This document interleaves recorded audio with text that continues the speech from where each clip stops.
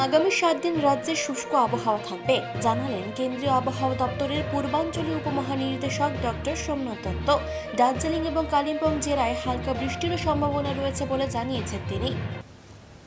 Mostly আগামী 7 দিন পশ্চিমবঙ্গের প্রায় সবকটা জেলায় শুষ্ক ওয়েদারই থাকবে, এক্সেপ্ট আপনার আজ এবং কাল এই দুদিন দার্জিলিং এবং কালিম্পং এই দুটি জেলাতে বিক্ষিপ্তভাবে দু এক জায়গায় হালকা বৃষ্টিপাত, তার সাথে শিলাবৃষ্টি, তুষারপাত হতে পারে।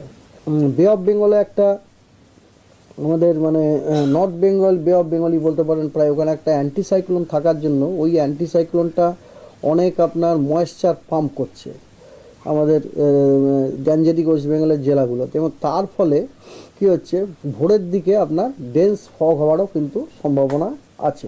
আর মিনিমাম টেম্পারেচারের এই আগামী দুদিনে কোনো রকম পরিবর্তনের চান্স নেই, আগামী দুদিন এরকমই থাকবে, ধরুন যেমন অন অ্যাভারেজ যেরকম 21-22 রয়েছে এরকমই, কিন্তু তারপরে কিন্তু মিনিমাম টেম্পারেচারটা ফল হওয়ার সম্ভাবনা আছে।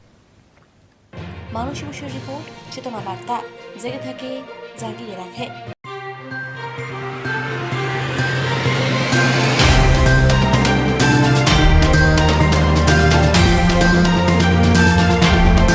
চেতনা বার্তা, জেগে থাকে জাগিয়ে রাখে।